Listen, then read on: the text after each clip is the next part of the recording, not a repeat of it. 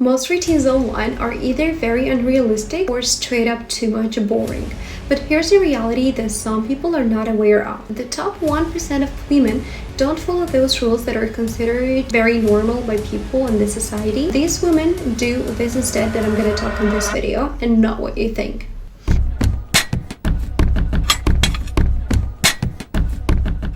Hi everyone, welcome back to my channel. My name is Ulazzo and I help you to build the life you want. If you want to elevate your life, make sure to be subscribed to my channel and like this video if this video is too much helpful for you, and to be honest, it's also helpful for me. So just for the context, I've spent the last couple of years testing routines, tracking habits and tweaking my lifestyle to stay productive without being burned out. Today, I'm gonna break you down the exact routine that keeps me in that 1% of people, mentally, physically, and of course, professionally. And yes, I'll share that one habit that flipped everything for me. So stick around and let's start with the basics. Let's talk about morning routine, because how you start your day is how you live your life. I try to wake up at around 6:30 or 7. It's not like 5 a.m. too much early, and it's not 9 a.m. too late. Just I try to be early enough to get ahead, but not so early that I hate my life, because I really love to sleep. So what's the first thing that I do? It's water. Probably I always try to keep the water next to my bed so that it's easier to reach when I wake up and do the first thing in the morning. Then I try to open the curtains and stretch for 5 minutes, because when the sunlight hits my face, I feel the boom because the cortisol level rises and melatonin drops and I feel awake. It's science. Even Andrew Haberman talks about this, that sunlight within the first 30 minutes of waking literally resets your brain. So I try to not to scroll in the morning, not to check my emails, so that the first thing when I wake up, I don't see screens a lot. So I also try to write down 3 priorities that I have for the day. They are not the tasks, but the priorities, because busy doesn't mean productive. And I try to ask myself, if I only got these 3 things done today, would I be proud of it? And if the answer is yes, you go on the list. And now let's talk about work. I used to multitask like a maniac. I was checking emails, Slack, calls, everything at once, and I felt like I was working all day. I was very busy the whole day, but I get nothing done. And what I do now, I have 2 methods that I do. The first one is I use 90 minutes deep work blocks, like no notifications during that 90 minutes, just one task. I follow the, focus sprint method. It means you have 90 minutes on and then 20 minutes off. And it's based of something that is called the ultradian rhythm. So your brain works in cycles, like you do 90 minutes of work, 20 minutes rest. Or I do the Pomodoro effect, which is you work for 25 minutes and then you have 5 minutes break, which also helps you batch everything together. So what I also like to do is to do the creative work in the morning and admin works in the afternoon. And I always start with the hardest thing first, because willpower fades like a battery life. Now, let's talk about wellness. And no, I'm not gonna sell you a green smoothie or a 2-hour gym session. And by the way, talking about the gym sessions, I never do the 2-hour or 3-hour gym sessions.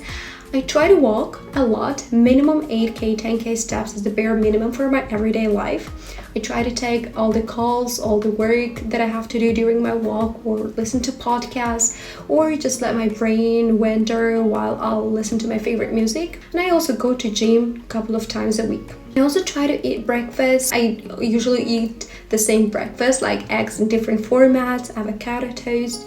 It might be boring, but it also helps me to remove decision fatigue. Like let's say as Barack Obama or Steve Jobs, they wear the same thing every day in order to have the fewer decisions, and that's what I follow in order to be able to be productive in the morning and make sure that I have breakfast to eat. And if we talk about the mental health, I try to stay consistent with journaling. I try to journal every night. I write 3 things, like what went well, what didn't, and what I learned. And that's it. Nothing very much fancy, no fluff, just the reflection that I have. Now, here's something about that the most routines ignore. It's the emotional balance. I used to say yes to every coffee chat, every dinner, every going out, every favor, and I felt that I was really exhausted. My calendar looked like a war zone. I was like trying to multitask everything. And now I have a social budget. It's like maximum 2 hangs per week, and that's it, because I try to protect my energy like it's money, because it really is. And I also schedule alone time for myself, not just when I feel burned out, but proactively doing it.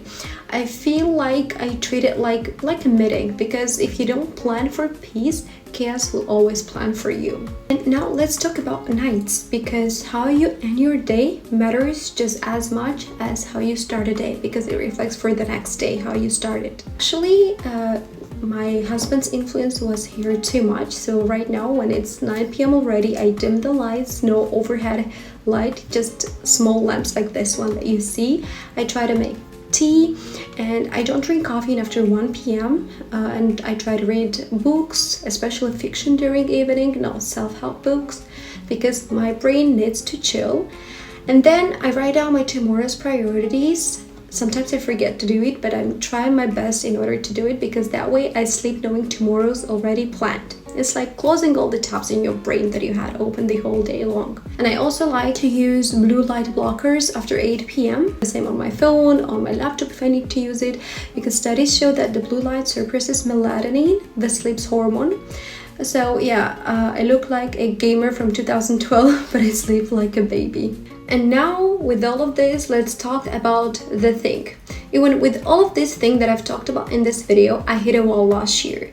Yes, I was productive, but I was miserable. My routine was very much packed, but my joy was gone. That's when I realized that being in the top 1% is not about doing everything, doing more. It's about doing what really matters for you. So I started asking myself, what's the return on investment of this habit? Not just productivity, but peace, energy, and especially joy, which is very much important for me. And that's when I cut out the fluff. What I mean by that, like no more 10-step morning routines that you see on TikTok, or no more big night routines, just the essentials.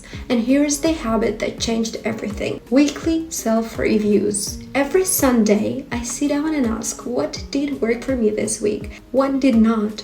What do I want more of? And it's like, a meeting, like it's a CEO meeting, but for your life, and you're the CEO of your life. That one habit made me intentional, not just busy, but with the results, productive with the results. Help me zoom out and see bigger pictures, and it's the reason I stayed balanced even when life gets chaotic, which sometimes it of course does, and you're not able to control it. So that's the routine. It's not perfect, it's not very much aesthetic, but it really works for me, and I really hope it works for you as well. Think of it like a compass, not like a map, because it doesn't tell me exactly where to go, but it keeps me pointed in the correct direction. So that's all for this video. If you want to see how I plan my week in detail, please let me know in the comments, or if you have any other questions, let me know in the comments as well.